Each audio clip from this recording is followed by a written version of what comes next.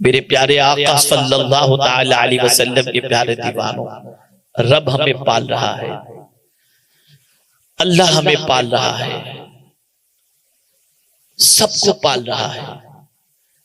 جب ہمیں وہ پال رہا ہے تو ہماری ذمہ داری بن جاتی ہے کہ اس کی نافرمانی نہ کریں، اس کے ارشاد کے خلاف عمل نہ کریں۔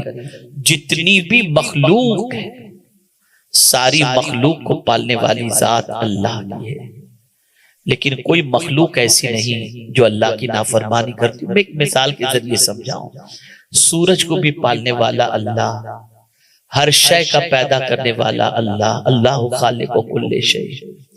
ایک آدمی کو کتنا کانفیڈنس ہے، کتنا یقین ہے، تقویم بنانے والا، اور آپ ہم سب کی پوزیشن دائمی تقویم پر اتنے بھروسے والی ہے کہ ہم جو دائمی تقویم ہے اس میں اگر غروب سورج غروب ہونے کا وقت 6:15 لکھا ہوا ہے تو ہم رمضان کا ٹائم ٹیبل بناتے ہیں تو وہی وقت مینشن کرتے ہیں۔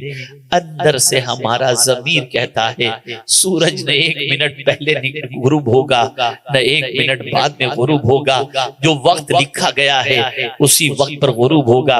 ہم اپنے روزے کی افطار اسی وقت کرتے ہیں، ہمارا ضمیر کہتا ہے سورج اللہ کی نافرمانی نہیں کرے گا۔ حیرت کی بات ہے وہ سورج جس کو اللہ نے ہمارے لیے پیدا کیا، یاد رکھیں ساری اللہ عز و جل نے زمین و آسمان کے اندر جو کچھ بھی ہے وہ بندوں کے لیے پیدا کیا، لیکن وہ ساری چیزیں جو ہمارے لیے اللہ نے پیدا فرمائی ہیں وہ سب تو اللہ کی بات مان رہی ہیں، لیکن ہمارا حال یہ ہے کہ ہمیں اشرف المخلوقات بنایا لیکن ہم اللہ کی بات ماننے کے لیے تیار نہیں۔ ہر گناہ سے دامن آلودہ ہوتا جا رہا ہے، ہر نافرمانی کے شکار ہم ہوتے جا رہے ہیں۔ آج اگر معاشرے کا جائزہ لیا جائے تو العیاذ باللہ گناہوں کے دلدل میں اتنے ڈوب چکے ہیں کہ جس کی کوئی انتہا نہیں۔ اللہ اکبر۔ میرے پیارے آقا صلی اللہ علیہ وسلم کے پیارے دیوانوں، ہماری نظریں تو ویسی نہیں جو انسان کو اس اعتبار سے دیکھ سکیں، لیکن حضرت شیخ عبدالعزیز محدث دہلوی رحمت اللہ تعالی علیہ کے یہاں گئی، ایک اللہ والے ان کی نسل سے، ان کے خاندان سے، آپ جانتے ہیں ان کے چہرے کو اللہ نے بڑا بارونق کیا تھا، وہ جہاں سے گزرتے لوگ ان کا دیدار کرتے اور ان کے دیدار سے اپنی آنکھوں کو ٹھنڈک پہنچاتے۔ آپ نے ایک کام کیا تھا، اپنے گھر کے اندر عبادت کے لیے ایک جگہ بنا لی تھی، آپ وہیں نماز ادا کرتے تھے۔ پہلے روزانہ مدرسہ اور مسجد جایا کرتے تھے، انسانوں کا ہجوم بڑھا اور انسان دیدار کے لیے جب بہت زیادہ تڑپنے لگے اور پریشان کرنے لگے تو آپ جمعہ جانے لگے۔ جب جمعہ کو جاتے تو رومال اپنے آگے کر لیتے اور رومال آگے کرنے کے بعد چہرے کو چھپانے کی کوشش کرتے اور جمعہ کی نماز کے لیے جاتے۔ ایک دن خادم نے کہا حضور کیا بات ہے، آپ چہرے پر رومال اتنا قریب کر دیتے ہیں کہ آپ کا رخ زیبا لوگوں کو نظر نہیں آتا، حضور یہ دیوانے آپ کے چہرے کو دیکھنے کے لیے ترستے ہیں، ذرا رومال ہٹا دیا کیجئے تاکہ لوگ آپ کے دیدار سے اپنی آنکھوں کو ٹھنڈک کر لیں۔ اتنا سننا تھا، جلال میں آئے، نکالا اپنا رومال اور اپنے خادم کے سر پر رکھ دیا۔ تھوڑی دیر کے بعد خادم بے ہوش ہو کر کے گر گیا، اٹھتا ہے ہوش میں آنے کے بعد تو آپ سے عرض کرتا ہے حضور مجھے نہیں معلوم تھا کہ اس رومال کی تاثیر کیا ہے۔ حضور صحیح کیا آپ نے اپنے چہرے پہ رومال ڈالے جو رکھا ہے، وجہ یہ ہے کہ جب آپ نے میرے سر پر رومال ڈالا تو میں نے دیکھا مجھے انسانوں کی شکل کے اندر جانور نظر آ رہے تھے، کوئی خنزیر نظر آ رہا تھا، کوئی کتا نظر آ رہا تھا۔ اللہ اکبر۔ وجہ بیان کر رہے ہیں، وجہ یہ تھی کہ آج انسانوں کی پوزیشن یہ ہو گئی، خنزیر کی عادت بے حیائی والی اس کے اندر آ گئی، کتے کی عادت جو ہرس و طمع والی ہے وہ اس کے اندر آ گئی۔ اللہ والے انسانوں سے جو دور بھاگتے ہیں اس کی وجہ یہ ہے کہ وہ انسانی شکل کے اندر اپنی خراب عادتوں کی بنیاد پر اور باطن کی خرابی کی بنیاد پر وہ اس شکل میں اللہ والوں کو نظر آتا ہے۔ اے رسول اعظم صلی اللہ تعالی علیہ وسلم کے دیوانوں، اللہ سے ڈرو، اللہ کی حکم دولی سے ڈرو، اس پالنہار حقیقی کی فرما برداری کرو، اس کی نافرمانی سے بچو۔ میرے پیارے آقا صلی اللہ تعالی علیہ وسلم کے پیارے دیوانوں، ایک بات اچھی طریقے سے ذہن کے اندر رکھیں اور دل و دماغ کے اندر محفوظ کر لیں۔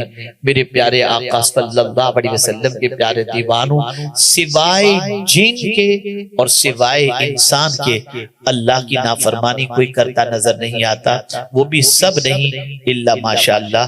لیکن میں آپ کو بتاؤں، باقی جتنی بھی مخلوق ہیں وہ سب اللہ کی فرما برداری، یہاں تک کہ شیر بھی اللہ کی فرما برداری کرتا ہے اور بکری بھی اللہ کی فرما برداری کرتی ہے۔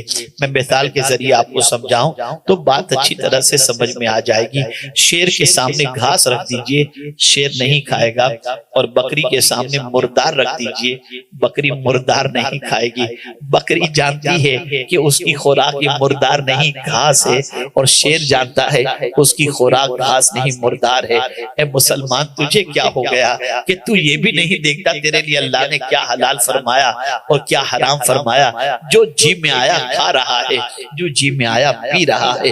تجھے اللہ کے حکم کا، اللہ کے فرمان کا، رسول اعظم صلی اللہ علیہ وسلم کے ارشاد کا کوئی خیال نہیں۔